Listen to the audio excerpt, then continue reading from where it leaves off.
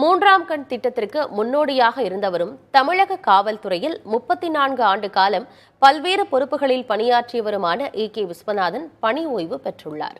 1990ஆம் ஆண்டு தமிழக காவல்துறையில் ஏஎஸ்பியாக பணியை தொடங்கியவர் தமிழ்நாடு கேடர் ஐபிஎஸ் அதிகாரி கே விஸ்வநாதன். கோவை மாநகர காவல் ஆணையர், சென்னை காவல்துறை கூடுதல் ஆணையர் என பல்வேறு பொறுப்புகளை வகித்துள்ள அவர் 34 ஆண்டுகால பணிக்கு பிறகு தமிழ்நாடு காவலர் வீட்டு வசதி வாரிய டிஜிபியாக பணி ஓய்வு பெற்றுள்ளார்.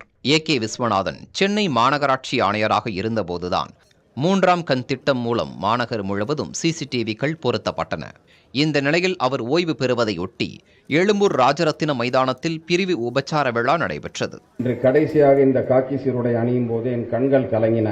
அடுத்த பிறவி என்று ஒன்று இருந்தால் அதிலும் நான் காவல்துறையிலேயே பணிபுரியும் வாய்ப்பை இறைவன் எனக்கு கொடுக்க வேண்டும் என்ற வேண்டுதலே எனக்கு உண்டு என்பதை தெரிவித்துக் கொண்டு